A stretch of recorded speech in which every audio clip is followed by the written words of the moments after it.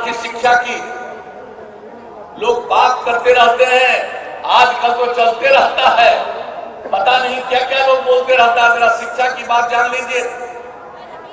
जब हम लोग आए, हमने सर्वे कराया, 12.5% बच्चे बच्चियां स्कूल से बाहर रह जाते थे। और उसमें भी हमने सर्वेक्षण कराया कि कौन है ये जो सबसे ज्यादा स्कूल से बाहर रहते हैं। स्कूल से बाहर रहने वाले या तो अल्पसंख्यक समुदाय के थे या महादलित थे। और इसके लिए हम लोगों ने क्या किया, तालीमी मरकज स्वयंसेवक अल्पसंख्यक समुदाय के लिए और टोला सेवक बाकी जो महादलित और दूसरे लोग थे उसके लिए हम लोगों ने शुरू किया।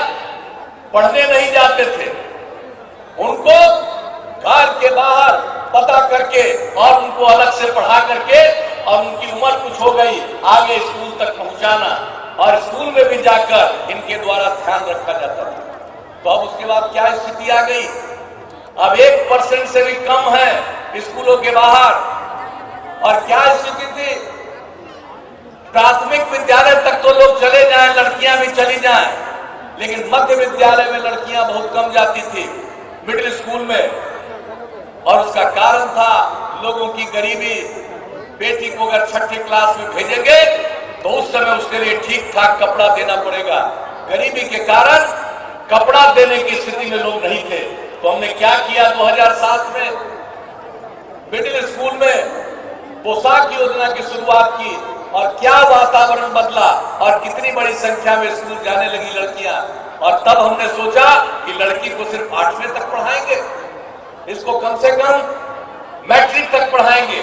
और उसका सर्वेक्षण किया तो 9वीं क्लास में पढ़ने वाली लड़कियों की संख्या पूरे बिहार में 1,70,000 से भी कम थी।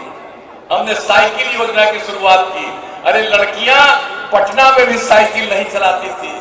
हमने कहा कि सब लड़की को स्कूल 9वीं क्लास में जाएगी, साइकिल देंगे। साइकिल देना शुरू किया, उपलब्ध कराया, लड़कियों की संख्या कितनी बढ़ने लगी। समाज का वातावरण कितना बदल गया। कोई सोचता भी नहीं था कि लड़की साइकिल चलाएगी, लड़की साइकिल चलाकर स्कूल जाने लगी। आत्मसम्मान बढ़ा लड़कियों के मन में। और पूरा वातावरण कैसा हुआ, शुरू में तो लोग कहते थे कि लड़की को साइकिल पर भेज रहे हैं, सब लड़की के साथ गड़बड़ करेगा लोग। हम तो हंसते रहे। हमने कहा देख लीजिएगा, अरे हर घर की लड़की जब जाएगी तो कोई घर का आदमी किसी दूसरे घर की लड़की को अपमानित नहीं करेगा। और जानते हैं कब से शुरू हो गया, देखिए, न सोचते हैं लोग और न कुछ प्रयोग करते हैं, न सर्वेक्षण कराते हैं, न जानकारी लेते हैं, न आकलन करते हैं, न अध्ययन करते हैं, जुबान चलाते रहते हैं, जुबान चलाते रहते हैं। ये मेरा काम नहीं है, हम तो काम करते हैं। और जो काम करते हैं और क्यों काम करते हैं उसी की जानकारी हम लोगों के बीच में देते हैं प्रारंभ से। तो अब क्या स्थिति हो गई, साइकिल योजना 2 साल 3 साल तक चली और उसके बाद लड़के लोग भी जगह जगह हमको मिलने लगे तो कहने लगे अंकल हम लोगों पर भी ध्यान दीजिए। तो हमने 10 के बाद लड़कों के लिए भी साइकिल योजना शुरू कर दी। और आज आपको मालूम है लगभग 15 लाख 9वीं क्लास में लड़के लड़कियों को साइकिल उपलब्ध कराया जा रहा है।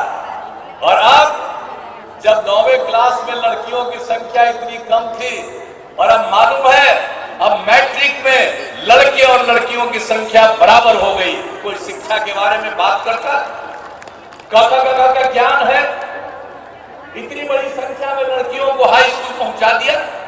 कहां थे टीचर, कैसे बहाल किया, 3.5 लाख के करीब शिक्षकों की का नियोजन हम लोगों ने किया। आजकल टीचर लोग भूल जाते हैं कि कल क्या मिलता था और उसके बाद किसने आपको दिया और कैसे 15 से फिक्स सैलरी की जगह पर सैलरी दे दिया और अब कितना मिल रहा। लेकिन हम सबको कहेंगे, लेकिन किसी को रोकिएगा, आप किसी के लिए कुछ भी करते जाइए वो और चाहता है। हम इसको अप्राकृतिक नहीं मानते, ये स्वाभाविक चीज है। अगर कुछ मिलेगा तो और खोजेगा और खोजता, हमको कोई एतराज नहीं, खोजो, हमारे पास जो भी क्षमता होगी हम बढ़ाते ही जाएंगे। उसकी चिंता मत करो। लेकिन हम उम्मीद करते हैं, सारे शिक्षकों से हम ये उम्मीद करते हैं कि आपका जो बुनियादी दायित्व है, कर्तव्य है, बच्चे बच्चियों को पढ़ाना, पढ़ाइए। अगर आप नहीं पढ़ाते हैं तो लोगों के बीच में अलोकप्रिय हो जाइएगा। इसलिए अगर अपनी लोकप्रियता चाहते हैं तो बच्चे और बच्चियों को पढ़ाइए।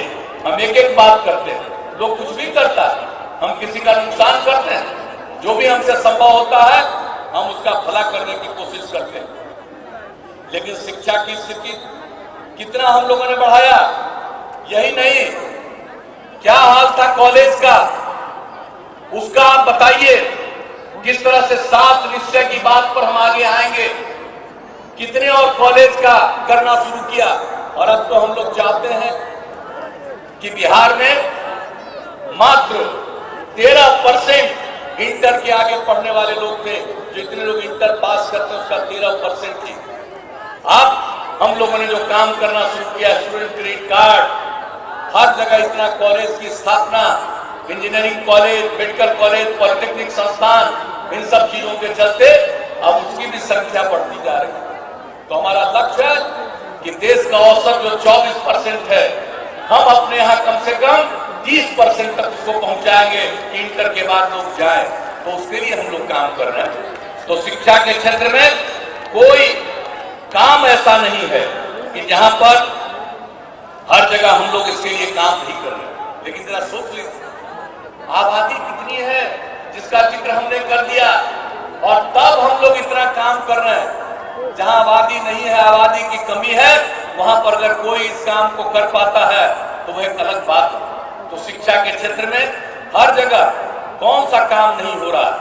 अब आप जान लीजिए, हम लोगों ने तय कर दिया, अब ये जो हम बात कर रहे थे हायर एजुकेशन के लिए, सब तो काम किया, लेकिन हम एक एक चीज का आकलन और अध्ययन करते हैं। जो हमारी इतनी आबादी, प्रजनन दर इतना था, जब 2005 में हम लोगों को काम मिला तो प्रजनन दर था 4.3, अब घट कर के आया है 3.2 पर।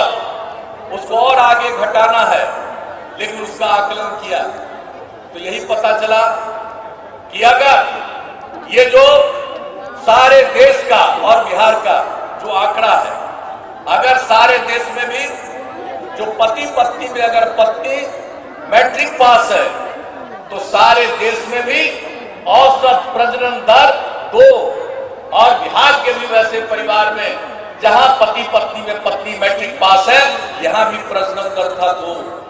और पूरे देश में पति पत्नी में अगर पत्नी इंटर पास है, 12वीं कक्षा पास है, तो प्रजनन दर था 1.7, और बिहार में पति पत्नी में अगर पत्नी इंटर पास है तो यहां मिला था प्रजनन दर 1.6। उसी समय मेरे मन में यूरेका की भावना आई, और उसी समय हमने तय किया कि जब तक हम अपनी तमाम बच्चियों को इंटर तक पढ़ा नहीं देंगे, ये जो प्रजनन दर के चलते आबादी इतनी बढ़ती चली जा रही है, उसमें कमी नहीं आएगी।